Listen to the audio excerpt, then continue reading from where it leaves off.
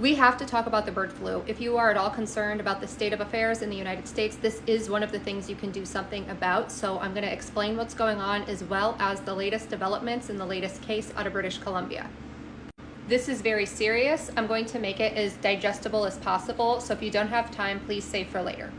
Human flu virus strains attach to cells via salicylic acid on cells with an alpha-2,6 linkage. These cells are only found in the upper respiratory system from about the nasal passageway down to the lungs. Avian influenza preferentially binds to salicylic acid attached to galactose by an alpha-2,6 linkage. These cells, previously thought not to be prevalent in humans, are very deep in the respiratory system, all the way down in the alveoli.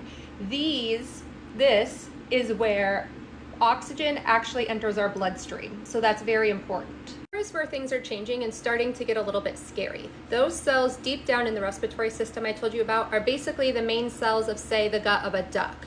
So you could see how it would be the bird flu and how, as it has morphed and changed and mutated, eventually it found cells in a human it could attach to. So that's how we get diseases that we don't see in species, go species to species, and how they could morph and become worse, but also attack different parts of the body. So the good news previously with bird flu was that if a person did get it and it was deep down in their respiratory system, that meant that it was very difficult for them to cough up and make it highly transmissible. The bad news is that seems to be changing in terms of the cells that this virus wants to attach to. The other bad news is that it is about 50% lethal and causes severe damage to your lower respiratory system.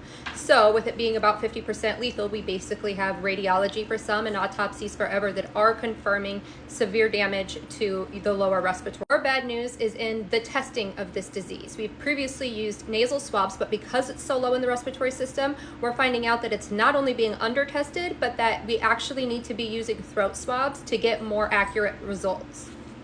More bad news is that because it's so low in the respiratory system and we do not want it mutating and spreading to other parts of the respiratory system and favoring those types of cells, is that intubation with this takes a highly specialized physician. You need to be very careful when intubating these patients because you don't want to create a pathway to spread and mutate the disease farther.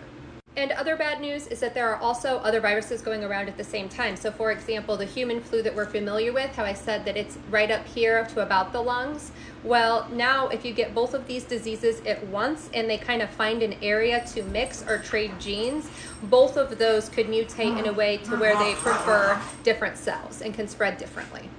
Moving on to the most recent cases, we also know that the virus can attach to the conjunctiva of the eye, and all of the patients had pink eye. What keeps me up at night about the patient in British Columbia is the fact that she was an otherwise healthy 13-year-old girl, and she did not respond to this virus well at all and will likely have long-term consequences because of it.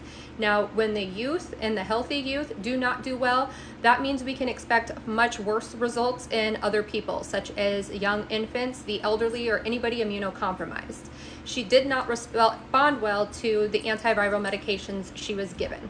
She ended up on ECMO.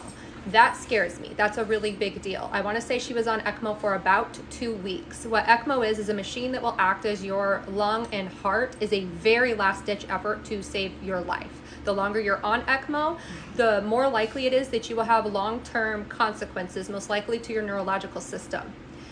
Another reason that this should be very scary, remember how I said it takes a specialty to intubate and be very careful with somebody that has this disease. There are not enough ICU rooms in the United States, and there is nowhere near enough ECMO machines to keep even a small pandemic under control. This is not something we can readily make. It is not something we could readily ship in. And even if we could and we can't, we wouldn't have enough qualified staff to run these machines. So people need to be very careful. Another concern is going to be rollbacks in regulation. And right now we have the fad of drinking raw milk, which can absolutely pass this disease.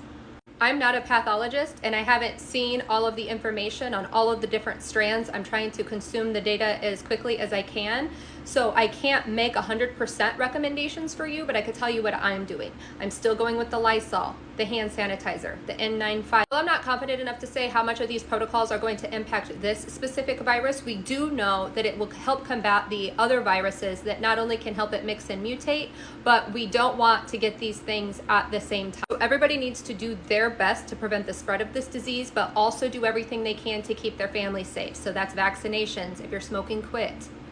Your hands like an adult for 30 seconds. Don't take your child out if they are not feeling well. And the first sign of any illness, please see your doctor right away to get what you do have treated. And if you are in a higher risk category, say you work with dairy cows or something like that, make sure you tell your doctor everything, because it might not come to mind right away to check for this first. You need to give them all the tools in their toolbox so that they can help you stay healthy.